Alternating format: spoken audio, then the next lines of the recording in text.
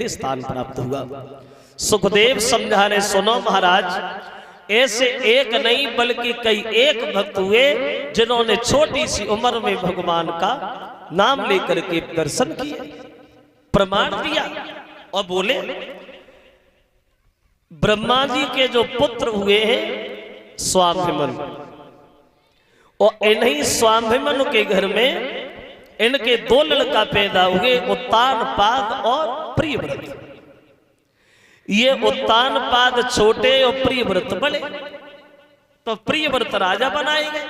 लेकिन एक बार देवर्षि नारद का उपदेश प्रियव्रत को मिल गया और ये उसी दिन से भगवान का भजन करने के लिए जंगल में निकल गए। इन प्रियव्रत को उपदेश कब मिला? बोले प्रियव्रत को उपदेश तब मिला जब एक बार शिकार खेलते समय प्रियव्रत ने एक हिरण का वध किया, हिरण को मारा। तो अकस्मात नारद जी सामने खड़े हो गए, बोले महाराज इधर आइए, तुम्हारी इच्छा थी हिरण मारने की, हिरण तो मर गया, अब हमारी एक इच्छा है कि हमारी इच्छा पूरी होगी। आपकी क्या इच्छा है? तो बोले हमारी इच्छा ये है तुम इस हिरण को दोबारा जिंदा कर दो, इस हिरण में दोबारा जान डाल दो। जब ये कहा कि जिंदा कर दो तो नारद की बात सुन के प्रियव्रत हंसने लगे, बोले पागल हो नारद, कैसी बातें कर रहे भाई, हम जिंदा तो कर सकते तो हम कर देते, लेकिन हम जिंदा क्या कर पाएंगे, ये काम मेरा कहाँ है, मार तो सकते हैं। तो नारद बोले प्रियव्रत एक बात हमारी सुनो, जब तुम किसी को जिंदा नहीं कर सकते हो तो उसे मारने का तुम्हारा अधिकार कैसे हो गया? अगर तुम किसी को भीख नहीं डाल सकते हो तो उसकी झोली फाड़ने का हक कैसे बन गया? अगर तुम किसी को सही रास्ता नहीं बता सकते हो तो उसे गलत रास्ता पहुंचाने का हक कैसे हो गया? तो ये बात प्रियव्रत की, नारद की बात प्रियव्रत के दिल में फिट बैठी और बोली महाराज क्षमा करना, आज के बाद जीवन में हम जीवधारियों का वध नहीं करेंगे। और वध क्या करेंगे? अब हम राजी नहीं करेंगे, अब तो सिर्फ भजन करेंगे, भजन करने के अलावा कुछ नहीं करेंगे। छोटे भैया को राजा बनाया, खुद महात्मा बने और ये भगवान का भजन करने के लिए जंगल में चले गए। भजन करना क्या होता है? भजन किसे कहते हैं? भजन, भजन की परिभाषा क्या है? देखो, वैसे ये भजन जो होता है, ये भजन एक तरह का नहीं होता है, कई तरह का होता है। एक कवि ये कहता है कि भजन की कोई लंबी परिभाषा थोड़ी, यानी भजन भजन भजो नहीं, जहां वहीं बने रहो, वो भी तो एक भजन है। और एक भजन होता है दिखावटी भजन, दिखाने वाला, माला भी जप रहे और माला जपते ही जपते ध्यान आ गया, गालियां बकने लगे, फिर माला में लग गए। और एक भजन होता है मतलब का, स्वार्थ का भजन। वो कैसा? भगवान की तस्वीर के सामने बैठ करके खूब 15-20 अगरबत्ती लगाई और खूब घंटरिया बजाई, भगवान हमें संध्या तक 20,000 रुपया दिलवा दो तो 10 रुपए का प्रसाद जरूर बांटेंगे। यानी 20,000 दिलवा दो तो वैसे भगवान से कोई रिश्तेदारी नहीं है, कोई मतलब ही नहीं। लेकिन हमारे देश के महात्मा कबीरदास जी ये कहते हैं कि भजन होता क्या है? तो कबीरदास जी ने ये बताया कि भजन कहते किसे। उन्होंने इशारा ये दिया कि आदतें बुरी सुधार ले, बस हो गया भजन, मन की तरंग मार ले, बस हो गया भजन।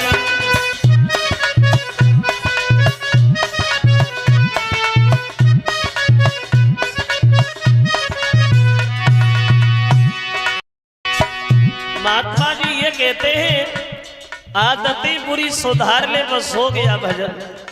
और वैसे बात भी सही है, बुरी आदतों को सुधारना, बुरी आदतों में थोड़ा भी बदलाव करना, ये भी एक तपस्या है, भजन है। और मन की तरंग मार ले, बस हो गया भजन। ये मन बड़ा चंचल होता है, हवा से भी तेज दौड़ने वाला मन जहां लगता है मां से हटने की कभी इच्छा नहीं करता। एक दिन बुद्धि में आई, ये मन जो होता है गधा होता है, गधा। तुम गधा को रोजाना एक ही जगह एक ही खूंटा पे बांधो, एक ही जगह बांधते रहो, फिर तुम उससे किसी दिन बांधना नहीं, वही खड़ा कर देना, तो पूरी रात ऐसे ही खड़ा रहेगा, समझेगा हम तो बंधे हैं। ऐसे मन होता है, जहां लगता है वहां से हटता नहीं है। मन की तरंग मार ले बस हो गया भजन।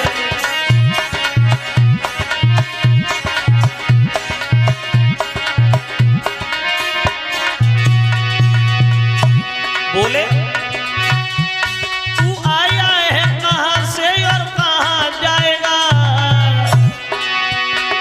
तू आया है कहां से और कहां जाएगा, तू अपने को पहचान ले बस हो गया भजन। मन की तरंग मार ले बस हो गया भजन।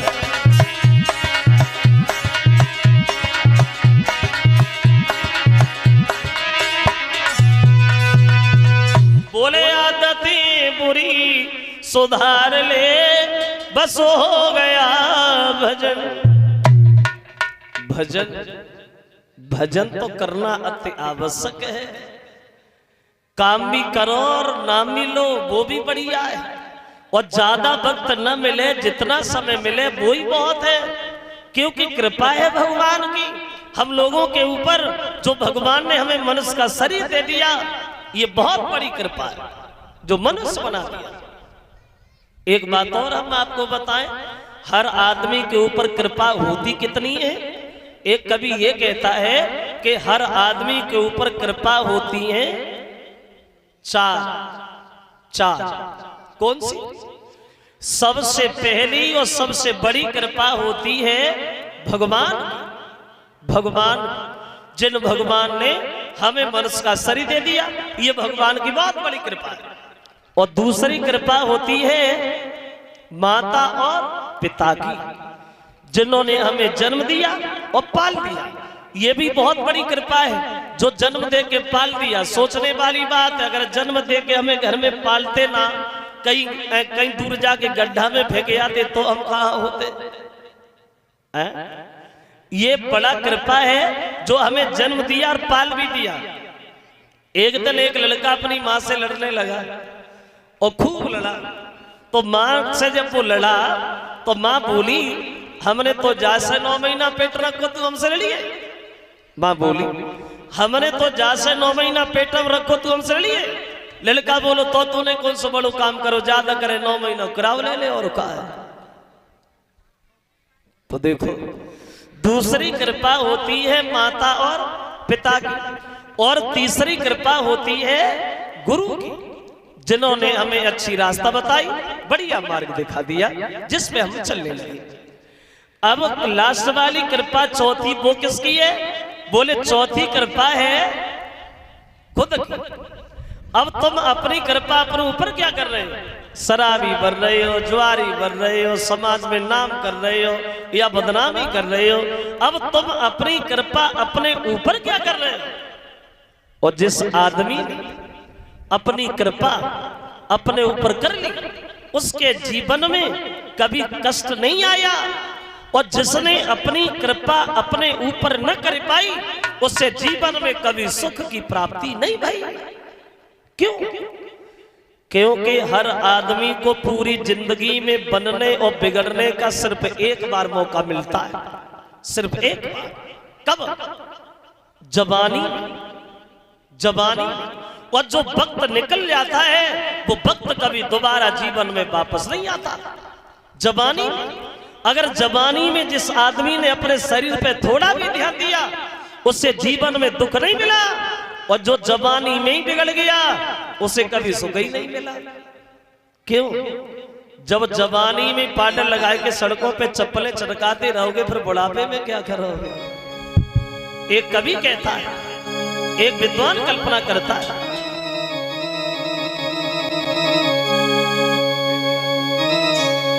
कि तो पे सदा न रहे जवानी।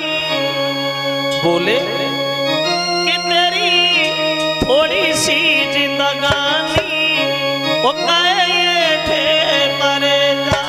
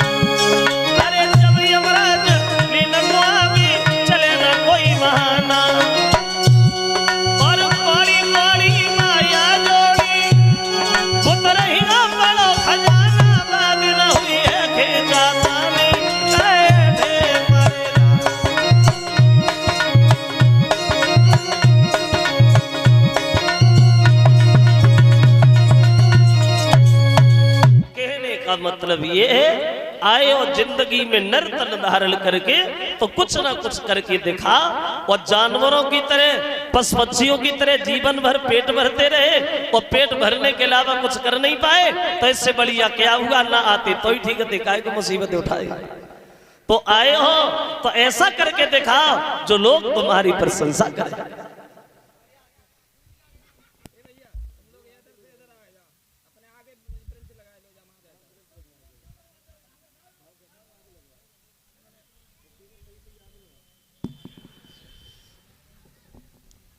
तो ये उत्तान पाद के बड़े भैया जो थे ये तो चले गए भजन करने, अब राजा बने गए उत्तान पाद। तो अब उत्तान पाद के जीवन में क्या हुआ, इनके जीवन में थोड़ी देर देखो ये उत्तान पाद राजा तो थे लेकिन ये दुखी बहुत थे, परेशान बहुत थे। वैसे ये बड़ा सोचने वाली बात, राजा तो राजा होता है उसे दुख हो ही नहीं सकता क्योंकि वो राजा ही और राजा को दुख आएगा। लेकिन एक बात ये भी ध्यान रखना, सर्व सुख दुनिया में किसी को नहीं है, कोई ना कोई कष्ट कोई ना कोई परेशानी हर आदमी के पीछे लगी। कोई किसी बात से दुखी है, कोई किसी बात से दुखी है।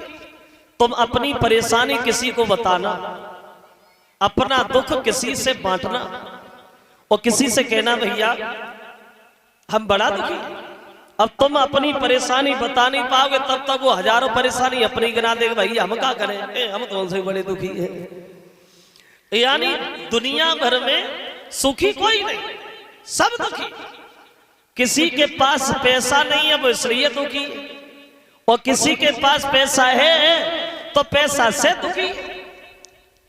किसी के घर में लड़का नहीं वो इसलिए दुखी है, और किसी के लड़का है तो लड़का से ही दुखी है।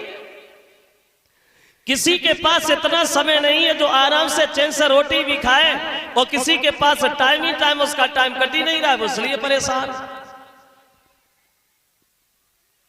कोई बीमारी से दुखी, कोई घरवारी से, कोई रखवारी से, कोई अधिकारी से, कोई मतलब सारी से ही दुखी है।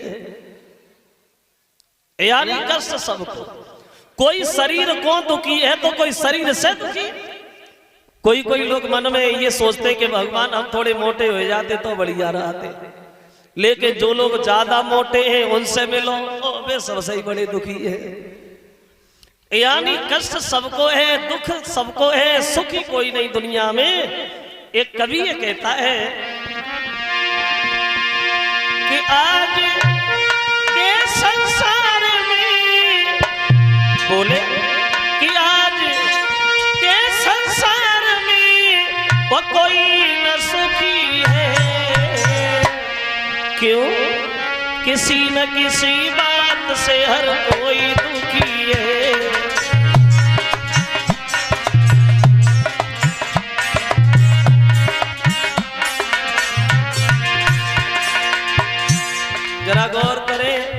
किसी न किसी बात से हर कोई दुखी है। देखो, कोई दुखी सम्मान से, कोई अपमान से, कोई दुखी संतान को, कोई संतान से। हर दुख से न होते वाला दुख शरीर का, और भोगता है ताड़ी फल अपनी तकदीर का। आदमी सब दुख सहन कर लेता है, कितना भी बड़ा कष्ट हो आदमी झेल लेता है, लेकिन सबसे बड़ा दुख वो होता है जिसके शरीर में कोई बीमारी, कोई परेशानी, तो उससे बड़ा दुनिया में दुखी कोई नहीं। फिर आज के जमाने को देख कर के बोले, अब बात ये है ना, घर घर में आज कल की महंगाई मारी गई, जर गेहूं मिले उधार तो पिसाई मारी गई।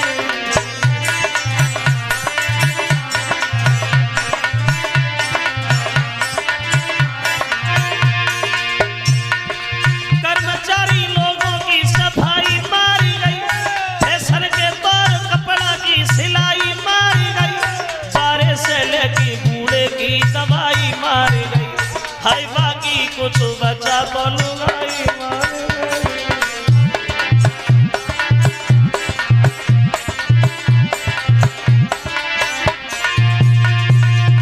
क्यों? अरे अपनी अपनी किस्मत है जो हर ने लिखी है, किसी न किसी बात से हर कोई दुखी है।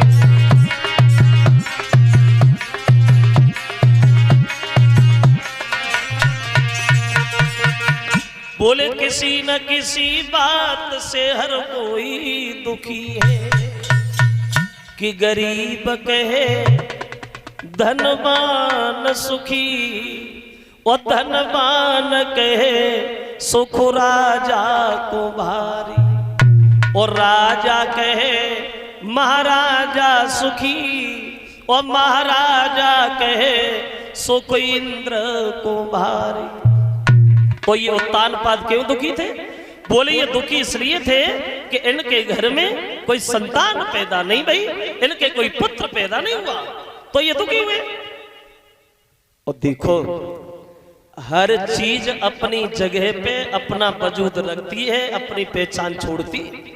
कोई भी चीज, जैसे तुम ऐसे ही समझ लो, तुम सब्जी बनाओ, और सब्जी बनाने में कितना भी उसमें घी डालो, मसाला डालो, कितनी भी मेहनत करो, लेकिन अगर उस सब्जी में नमक नहीं डालोगे तो कोई स्वाद नहीं आएगा। जैसे नैन बिना देही है सूनी, और किला कहा जपे तो पन खाई, और बालू को महल रुकी है कबहुना, और बिना परहेज की कहा दवाई, और वो घर कबहु न पनप सके, और जमे बालक चोर चटोर लुगाई, और बेनीच महापापी, और जो झूठी बात पे देत गवाई। तो लड़का नहीं हुआ तो दुखी हुए। तो एक दिन इनकी पत्नी इनके पास बैठ करके रोने लगी, बोली महाराज हम तो बड़ा दुखी हैं। क्यों दुखी हो? तो पत्नी अपने मन की बात अपने पति से कहती, बात ये है भगवान, बोली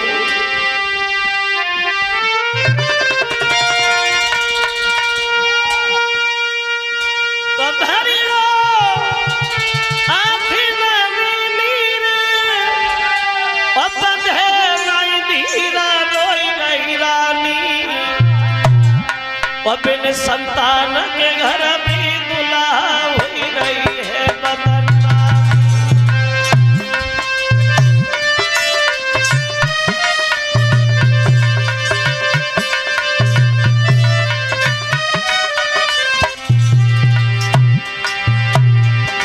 बोली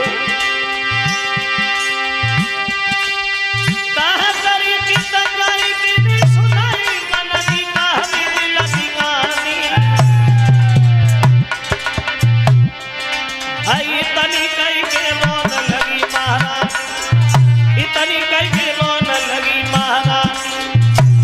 बोली महाराज इसी बात की चिंता में सब रात नींद नहीं आती है, रोटी तक नहीं भाती है सब।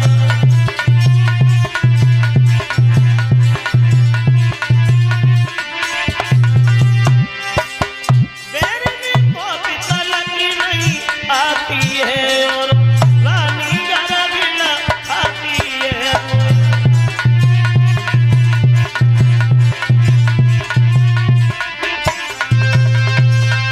पत्नी ने अपने पति से अपने मन की बात कही है, प्रभु समाज में बड़ा हंसी हो रही है, समाज में बड़ा बदनामी हो रही है, कोई तुम्हें कमजोर बता रही है, कोई मुझे बांझ कह रही है, इस बात से हम बड़ा दुखी हैं, बड़ा दुखी।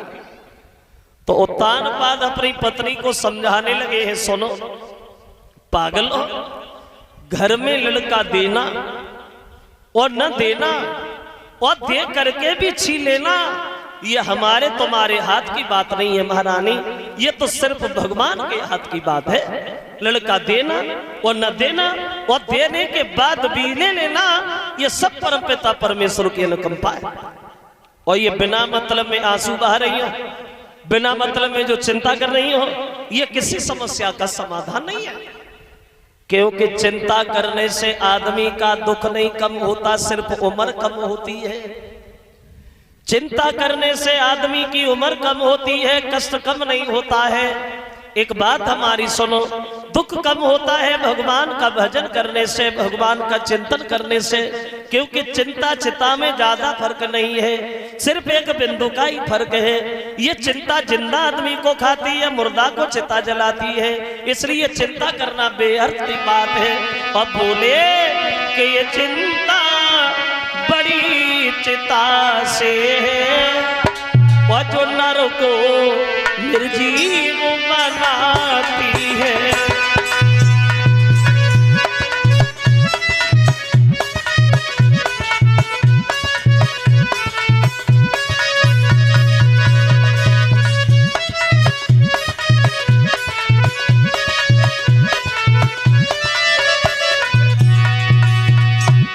बोले सुनो हमारी बात, चिंता करने से दुख कम नहीं होगा, चिंता करने से सिर्फ उम्र कम होती है।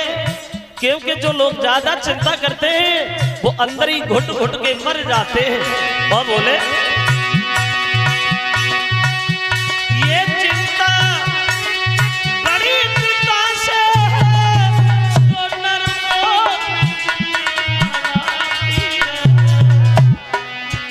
मुर्दा को चिता जलाती है और चिंता जिंदा को खाती है।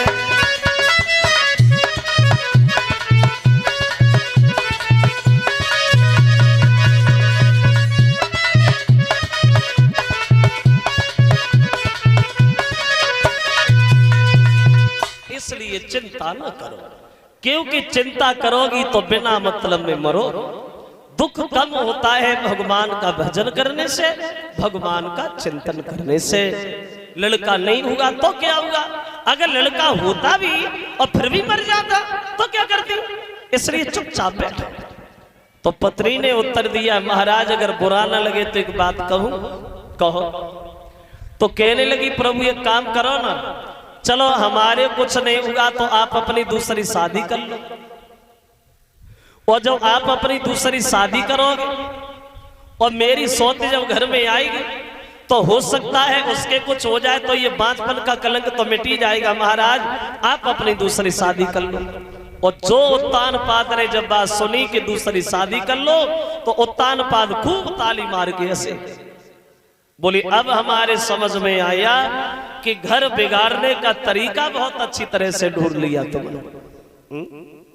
क्या कह रही हो, बुद्धि खराब है, पागल हो गई तुम।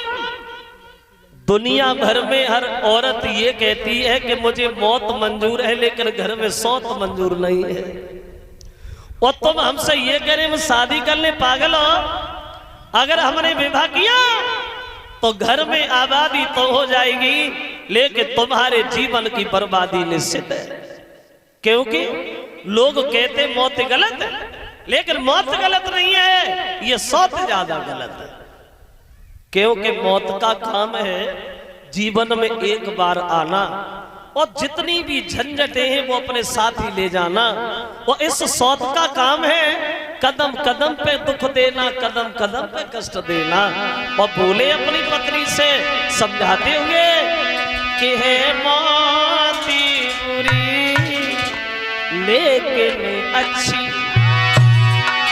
और जो कई बार तो आती है।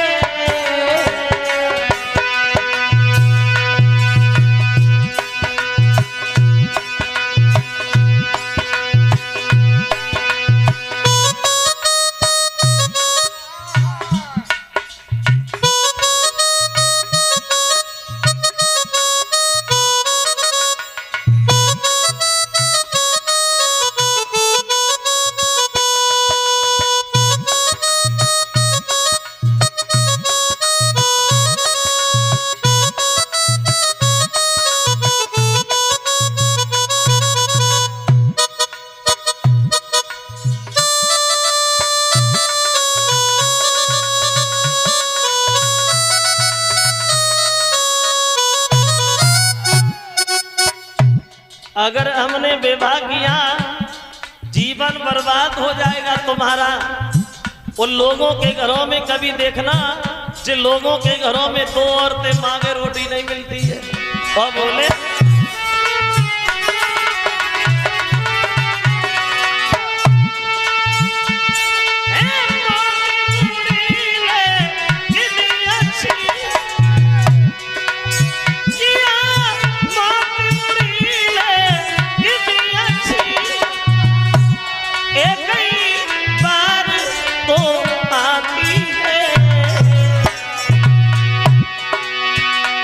परसाती मोती से बहुत,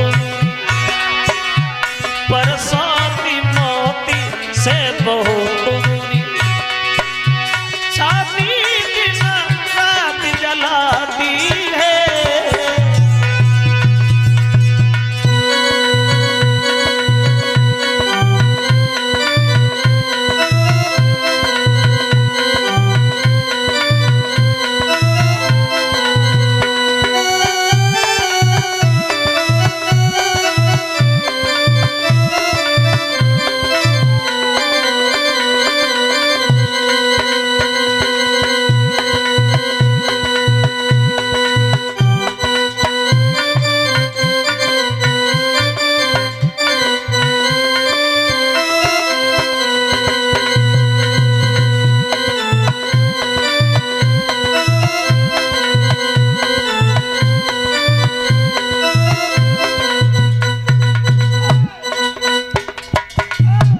एक बात और कहना चाहेंगे, उत्तान पाद अपनी पत्नी से समझाते हुए बोले मेरी बात सुनो।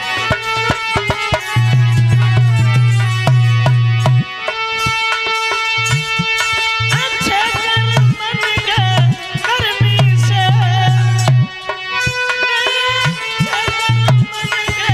कर्मी से जग भी प्रकाश हो जाता है। लेकिन परसौती के घर में लाने से घर का विनाश हो जाता है।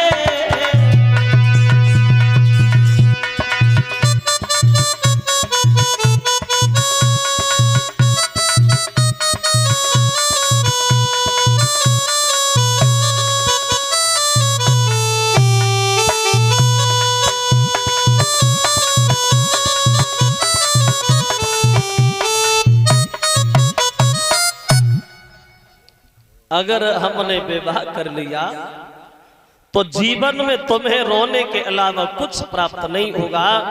इसलिए जिद ठान के किया हुआ काम उसका परिणाम कभी अच्छा नहीं होता, हमेशा गलत होता है। चुपचाप आराम से रहो। अरे लड़का नहीं हुआ तो कोई बात नहीं है। तो पत्नी अपने पति से एक बात और कहती है, महाराज वो वाली बात थोड़ी है, बात तो सिर्फ इस बात की है भगवान, तुम्हें एक बात नहीं पता। क्या? तो बोली अरे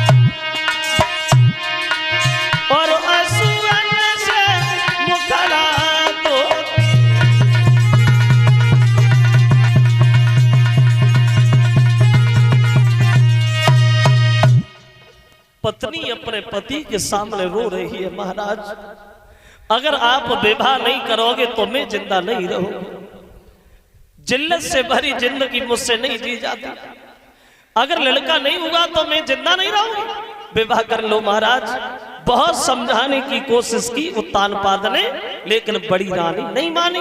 अंत में मजबूर होकर के महाराज को दूसरा विवाह करना ही पड़ा। हो गई शादी, दूसरी पत्नी आ गई। पहली जो घर में पत्नी है उसका नाम है सुनीति। सुनीति सु माने अच्छे और नीति माने विचार, अच्छे स्वभाव वाली, अच्छी आदत वाली।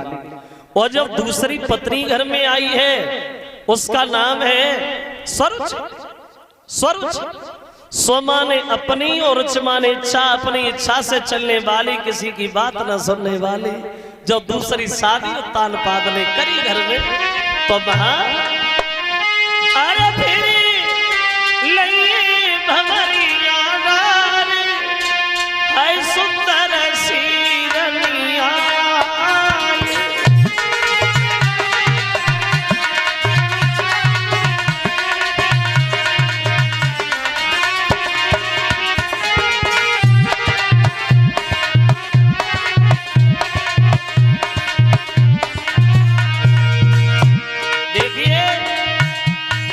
शादी हो गई, सुंदर सी दुल्हनी आई, उत्तरी ने खुशी मनाई।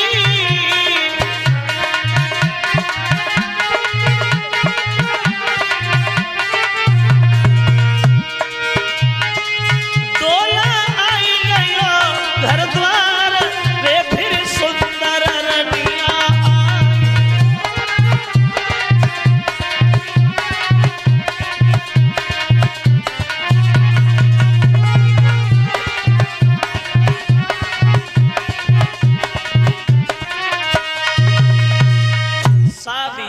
महाराज की दूसरी पत्नी पालकी में बैठ करके दरवाजे पे आ गई। बड़ी रानी को जब ये खबर मिली है कि हमारे पति ने हमारे कहने से दूसरा विवाह कर लिया तो बड़ा मगन भई।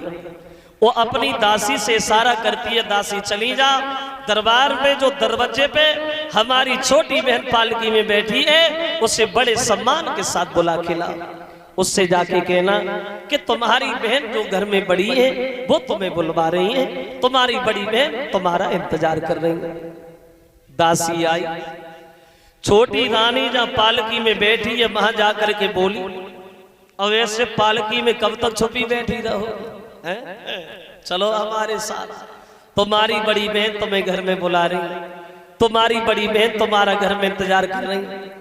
छोटी ने जब ये सुना कि मेरी बड़ी बहन और इस घर में, दासी से बोली इधर आ, अरे तू हमें परिचय किसका दे रही है, हम यहाँ कभी आए नहीं और हम किसी को पहचानते नहीं, पहली बार आए और मेरी बहन कोई है भी नहीं और तू बता किससे रही है। दासी ने क्या कि तुम्हें बताया नहीं है महाराज की जो पहले वाली पत्नी है ना, बड़ी वाली ने तुम्हें बुलाया, जो पहले वाली का नाम सुना ऐसे मानो कि जैसे उसे कोई सांप सूंघ गया। दांती को पीस करके बोली तो सीधी सी क्यों नहीं कहती घर में सोती है? अरे बुला मेरे पति को, हमें घर में लाने से पहले नागिन को पा रखा, वो हमें नहीं आए, बिल्कुल नहीं जाऊंगी, हर किस नहीं जाऊंगी जिस घर में मेरी सौते, बुला मेरे पति को। उत्तानपाद आई, बोले काय को चिल्ला रही है? छोटी बोली इधर आओ, इधर आओ, एक बात बताओ, जब पहले से तुम्हारे घर में एक औरत मौजूद थी तो फिर क्यों गए हमारे पिताजी के दरवाजे पे? मेरे साथ शादी करके मेरे जिंदगी को बर्बाद कर दिया तुमने, मेरे जीवन में जहर घोल दिया तुमने। बिल्कुल नहीं जाऊंगी महाराज, हरगिज नहीं जाऊंगी। और बोली वो छोटी, जब एक तुम्हारे रानी थी तो हमें व्यर्थ ले आए, और भोग करन को कापी थी और वो कभारा में झोंके बेलाए।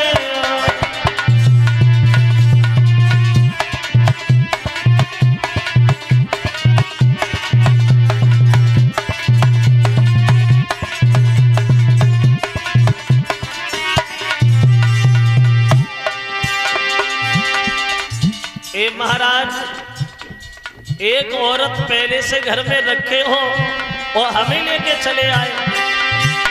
जब एक तुम्हारे रानी तो हमें व्यर्थ ले आए हो,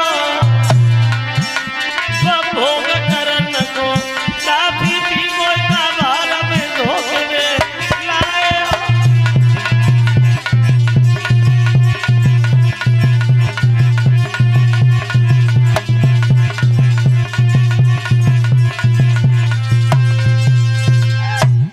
नहीं जाऊंगी महाराज, हरगिज नहीं जाऊंगी घर के अंदर। जब पहले से घर में औरत को रखे हो तो फिर हमारे घर काय को गए? तो तान पाद बोले देखो अपनी कहोगी हमारी भी सुनो सुनो। जिससे तुम सौत बता रही हो ना, सच तो ये है उसी ने हमारी शादी कराई है। बहुत अच्छी आदत की है। तू एक बार घर के अंदर चल के देख तो ले, एक बार उससे बात तो कर ले। छोटी बोली हम बिल्कुल नहीं महाराज, हरगिज नहीं। और बोली कि बोली है राजा से रनिया, बोली है राजा से रनिया मिलाई रहूं, बोली है राजा से रनिया मिलाई रहूं।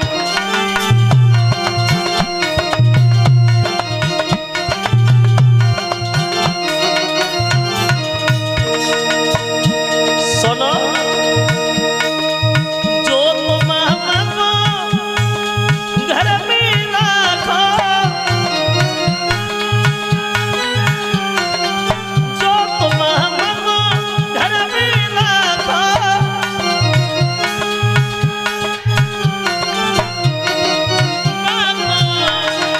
बाबा दिखावा मुझी दहरिया में नहीं रहूं, बोली है राजा से रनिया में नहीं रहूं।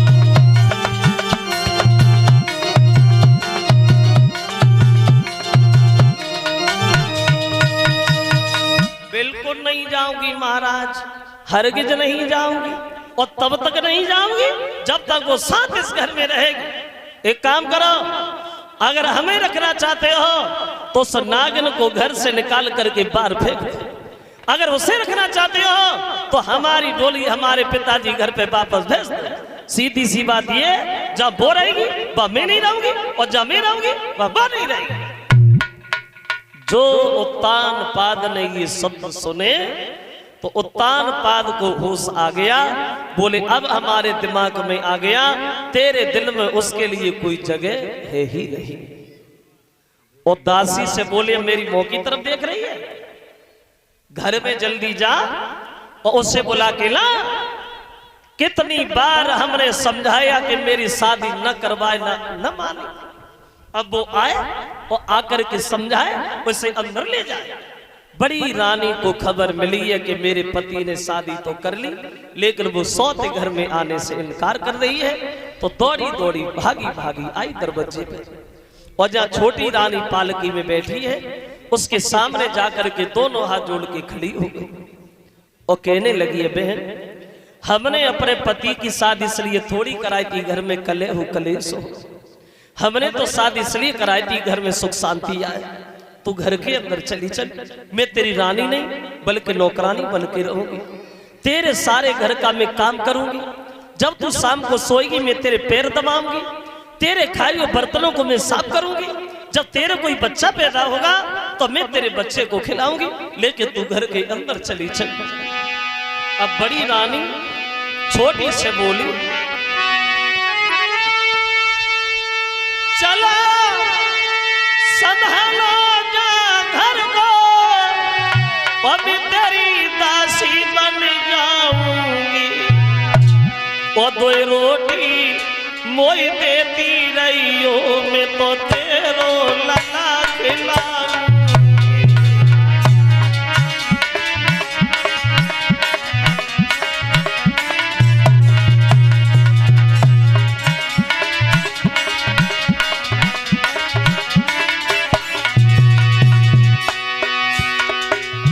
बहन तू घर के अंदर चल, तू सो जाएगी जब सीढ़ी मैं तेरे पैर दबाऊंगी, जो नगर को चली मैं ना पति को मुख दिखाऊंगी।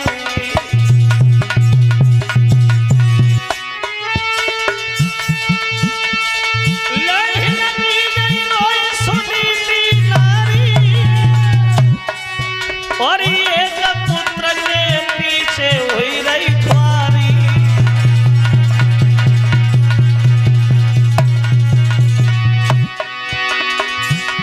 महाराज की व्याकुल और दिल में होने लगी, अब फूल पकड़ी गई बेटी महारानी द्वार पे रोने लगी।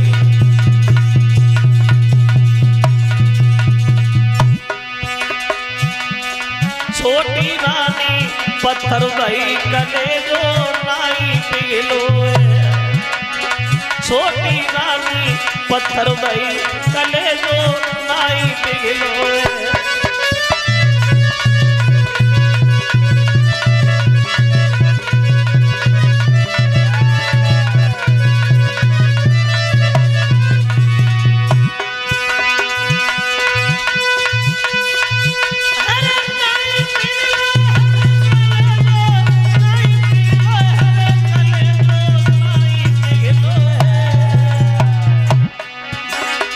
छोटी रानी पत्थर बनी कले जो नाई पिलो।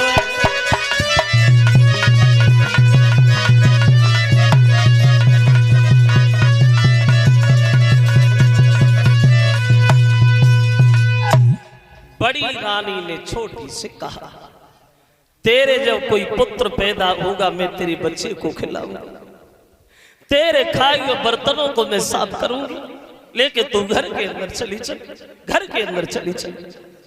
जो छोटी रानी ने ये शब्द सुने कि मेरे बच्चे को खिलाएगी, मेरे बच्चे को खिलाएगी तू? अरे तुझे अपना बच्चा खिलाने के लिए देगा कौन? अगर मैंने तुझे अपना लड़का दिया तो उसे तू जहर दे के मार डालेगा। तू क्या समझे माँ की ममता? अरे माँ की ममता तो माँ जानती है, तू कभी माँ बनी नहीं तो तू क्या समझे माँ होती क्या है? अगर मैंने तुझे बच्चा दिया तो उसे मार देगी। जब कोई पेश नहीं चली तो बूढ़ी बिल्ली भगतन बन के चिड़िया घर की रखवारी करना चाहती है। बुद्धि खराब है तेरी। अब बोली कि जो मैं तुझको बच्चा दूंगी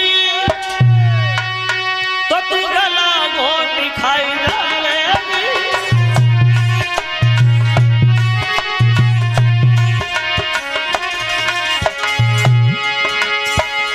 बोली क्या जाने माँ, अरे तू तो कभी माँ बनी नहीं पाई तो तू क्या समझे माँ होती क्या है? और कहती है जिसने न की गुरु की संगति वो ज्ञान लड़ाई क्या जाने, पतिव्रता होती कैसी है व्रत चलन लुगाई क्या जाने।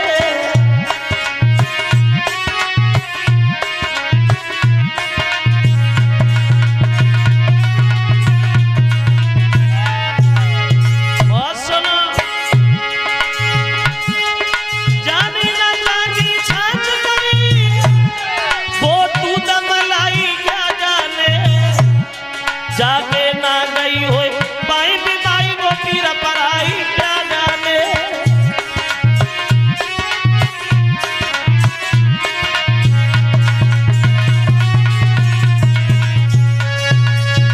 उत्तर दिया अगर मैंने तुझे अपना लड़का दिया तो तू उसे जहर दे के मार डालेगी। तुझे लड़का देगा कौन खिलाने को? और जब ये कहा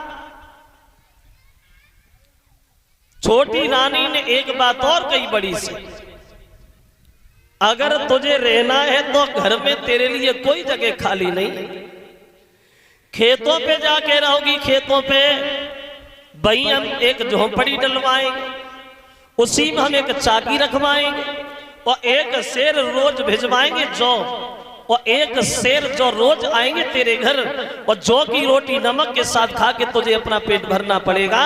अगर इन बातों पे मंजूर हो तो ठीक है, अगर नहीं मंजूर हो तो तुम्हारी जहां इच्छा वहां चली जाओ और मर भी जाओगे तो हम रोएंगे नहीं, क्योंकि हमारे घर की नहीं, हमारे खानदान की नहीं है, ठीक है ना। जो छोटी रानी ने ये शब्द कहे तो उत्तान पाद की आंखों से आंसू निकल आए। तो बड़ी रानी अपने पति के आंसू पोंछती है, महाराज तुम क्यों रोए, तुम क्यों रोए। जो सोती हमसे कह रही वो बासे न मोए कोई उजर, एक शेर पति जो बहुत है वो मैं तो ताई में कर ले गुजर। हे महाराज आप ना रो, एक शेर जो हमें रोज मिलेंगे मेरी जिंदगी कट जाएगी। अगर भगवान हमें जीवन में सुख ही देता तो क्या हमें एक लड़का नहीं देता। श्रीमन आप चिंता ना करो, हमारा आराम से जीवन कट जाएगा। अब घर को छोड़ करके चलिए खेतों की तरफ। बड़ी रानी मुड़ मुड़ के अपने पति की चेहरा की तरफ देखती जा रही है और बड़े दिल में विचार आ रहे, परमात्मा या तो कभी स्त्री का जन्म न देना, अगर औरत का जन्म देना तो उस औरत की कभी गोदी खाली मत रखना परमेश्वर। उस स्त्री का समाज में कोई सम्मान नहीं करता जिसके कोई लड़का नहीं होता। और रोती हुई खेतों की तरफ चली है और दिल में विचार आ रहे कि आँखें में आंसू भरी आए और घर से महारानी चली दी।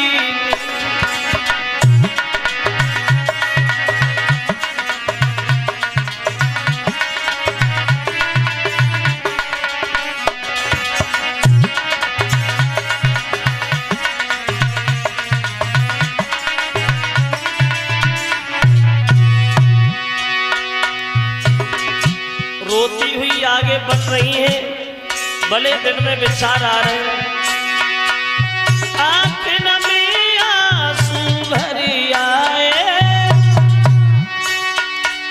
घर से महारानी चली दी। घर बार छोटो परिवार छोटो, खेतन की रास्ता गहली।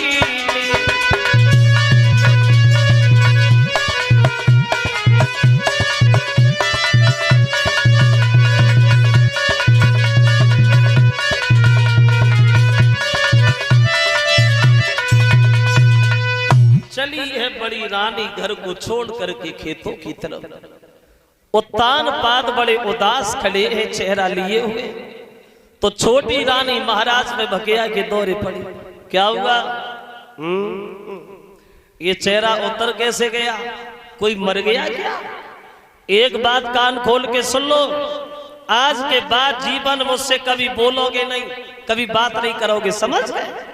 चुपचाप उठे और घर के अंदर चले गए। बड़ी रानी खेतों पे जाकर के रहने लगी। देखो एक ही पति की पत्नियां हैं दोनों, लेकिन दोनों की किस्मत अलग अलग हो गई। कितना अंतर हुआ दोनों की किस्मत में। देखिए एक अगर आराम से बिस्तर पे सो रही है तो दूसरी उधर ठीक दोपहर में जंगल से लकड़ियां इकट्ठी कर रही है। एक बड़े सुंदर सुंदर वस्त्र आभूषणों से सजी है तो दूसरी उधर खेतों पे एक फटी पुरानी साड़ी पहने हुए है। एक बड़े सुंदर पौष्टिक भोजन खा रही है तो दूसरी उधर खेतों पे जौ की रोटी नमक के साथ खा के अपना पेट भर रही है। एक ही पति की दोनों पत्नियां, लेकिन दोनों की किस्मत अलग अलग हो गई। ऐसे समझो जैसे एक वृक्ष की दो डाली, लेकर किस्मत अलग अलग है दोनों की। एक कवि कहता है कि एक वृक्ष की दो डाली, बोले कि एक वृक्ष की दो डाली पर किस्मत जुदा जुदा है। वो एक जल रही हवन कुंड में, एक से जले चिता। एक जल रही हवन कुंड में, एक से जले चिता।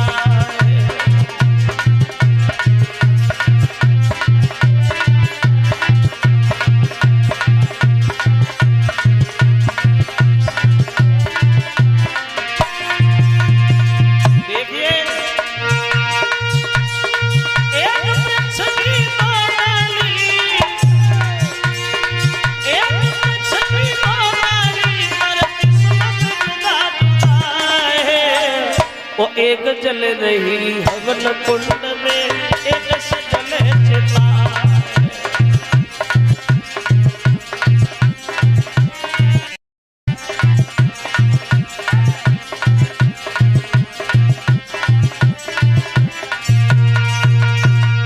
बड़ी रानी मुसीबतों का सामना झेल रही है और छोटी रानी बड़े आनंद से घर में रह रही है।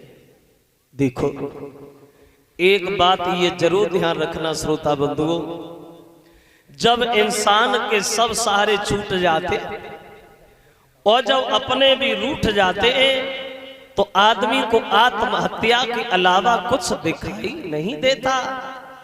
देख लिया बड़ी रानी ने, अब हमारा दुनिया में कोई नहीं है और ये दुख से भरी जिंदगी मुझसे जी नहीं जाती, तो मन में सोच रही है इससे बड़ी आई है कि मेरी मौत हो जाए, कोई ठीक है।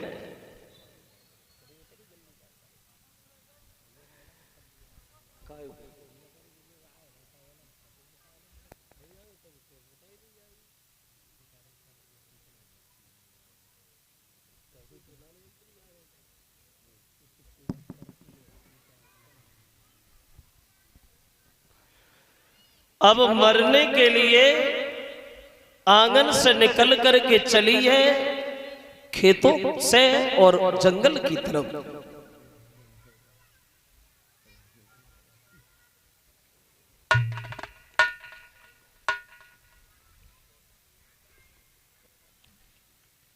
और जसवीर सिंह वाल्मीकि जी जो लोकसभा प्रत्याशी हैं जिला हाथरस के, लिखा है उनका आगमन हो रहा है और ओमवती बुआ जी पूर्व जिला पंचायत अध्यक्ष हाथरस वो भी आ रही है। खैर अब आगे बढ़ी है, लेकिन मन में विचार आ रहे परमात्मा,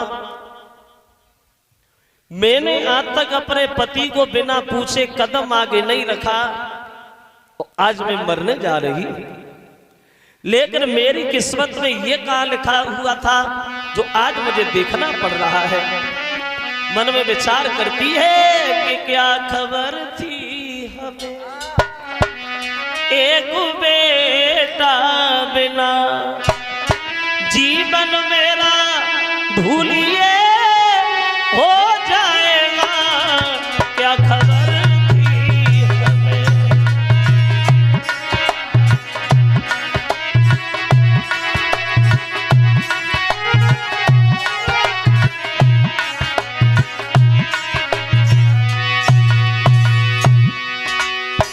जा रही है मरने, लेकिन दिल में विचार आ रहे परमात्मा, एक दुख होता तो मैं उससे सहन करने की कोशिश करती, लेकिन भगवान ने तो हमें कदम कदम पे दुख दिया, कदम कदम पे कष्ट दिया।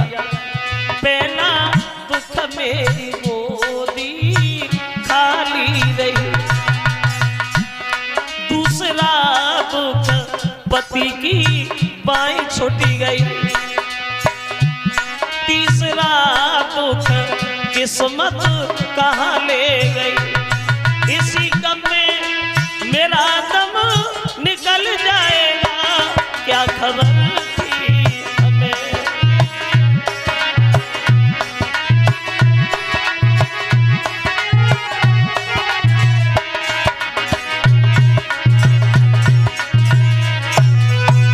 अब चलिए मरने के लिए घर से और खेतों से उस जंगल की तरफ।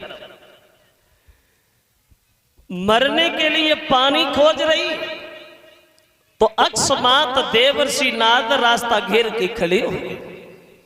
कौन है?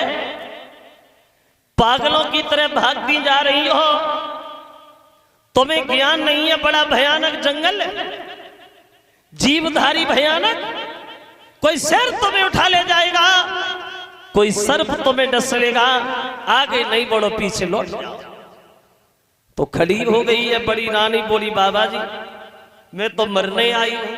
तो नारद बोले पागल है बेटी, मेरी बात सुन, जो पत्ता एक बार डाली से छूट करके जमीन पे गिर जाता है तो पत्ता कभी दोबारा डाली में नहीं जुड़ पाता। इंसान क्रोध में आकर के अपनी आत्महत्या तो कर लेता है, लेकिन उसकी आत्मा को कभी शांति नहीं मिलती बेटी। जो लोग जहर खा के मरते हैं, आग में जल के मरते हैं, फांसी लगा के मर तो जाते हैं, लेकिन बाद में बहुत पछताते हैं। क्यों मरने आई हो? तो कहने लगी है महाराज हमारे कोई पुत्र नहीं हुआ इसलिए। तो नारद हंसने लगे, बोले पागल है, अरे मर जाएगी तो क्या लड़का हो जाएगा, अरे घर जा। तो कहने लगी है बाबा जी अब मैं जिंदा घर वापस नहीं जाऊंगी। तो नारद को तरस आ गया और नारद कहने लगे बेटी एक बात सुनो, बच्चे के दुख में मरने आई है, हाँ तो अब तुम मरो नहीं, तुम घर जाओ और हम तुम्हें वचन देते हैं कि अब तुम्हारे लड़का होगा। जब ये कहा कि लड़का होगा तो बड़ी रानी हंसने लगी, बोले आज हमारे समझ में आया कि महात्मा भी झूठ बोल लेते। अरे जब हमारे कुछ नहीं हुआ तो हमने मजबूरी में आकर के अपने पति की दूसरी शादी कराई। मेरी सौते घर में बैठी है और उसके भी आज तक कोई कुछ हुआ नहीं, और आप ये कह रहे मेरे? नारद जी बोले हाँ बेटी तेरे। सुना, महात्मा कभी झूठ नहीं बोलते हैं बेटी, और जो झूठ बोलते हैं वो दूसरे को नहीं बल्कि खुद को ही धोखा देते। मेरी बात पे यकीन कर ले, तेरे पुत्र अवश्य पैदा होगा बेटी, घर वापस चली जा। और नारद बोले कि तेरी गोदी में, बोले कि तेरी गोदी में और लला एक आई जाई वो घर लौट जाइए।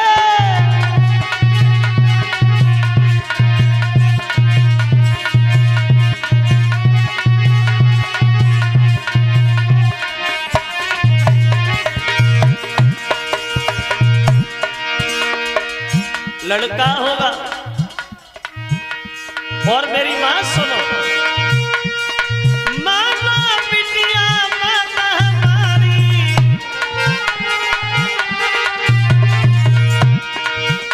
और पैदा हो मेरे हमारी। क्यों? तेरो सुख